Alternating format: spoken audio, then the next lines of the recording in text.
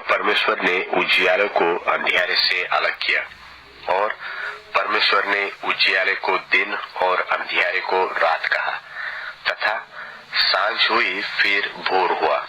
इस प्रकार पहला दिन हो गया। फिर परमेश्वर ने कहा, जल के बीच एक ऐसा अंतर हो कि जल दो भाग हो जाए। तब परमेश्वर ने एक अंतर करके उसके नीचे के जल और ऊपर के जल को अलग कर दिया, और वैसा ही हो गया।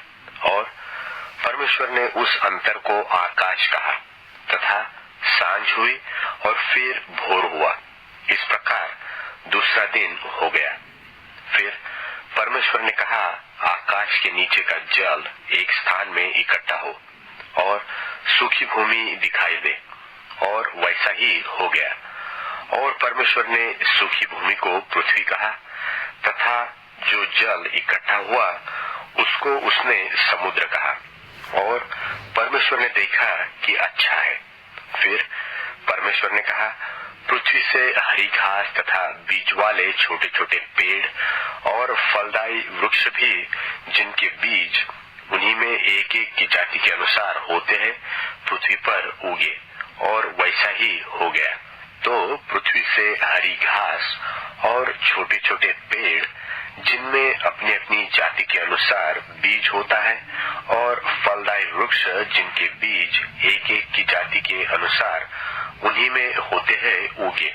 और परमेश्वर ने देखा कि अच्छा है, तथा सांझ हुई फिर भोर हुआ। इस प्रकार तीसरा दिन हो गया। फिर परमेश्वर ने कहा, दिन को रात से अलग करने के लिए आकाश के अंतर में ज्योतियां हो, और वे चिन्हों और नियत समयों और दिनों और वर्षों के कारण हो।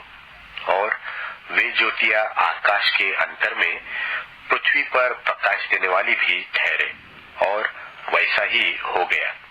तब परमेश्वर ने दो बड़ी ज्योतियां बनाई। उनमें से बड़ी ज्योति को दिन पर प्रभुता करने के लिए, और छोटी ज्योति को रात पर प्रभुता करने के लिए बनाया, और तारागण को भी बनाया। परमेश्वर ने उनको आकाश के अंतर में इसलिए रखा कि वे पृथ्वी पर प्रकाश दे, तथा दिन और रात पर प्रभुता करे, और उजियाले को अंधियारे से अलग करे। और परमेश्वर ने देखा कि अच्छा है, तथा सांझ हुई फिर भोर हुआ। इस प्रकार चौथा दिन हो गया।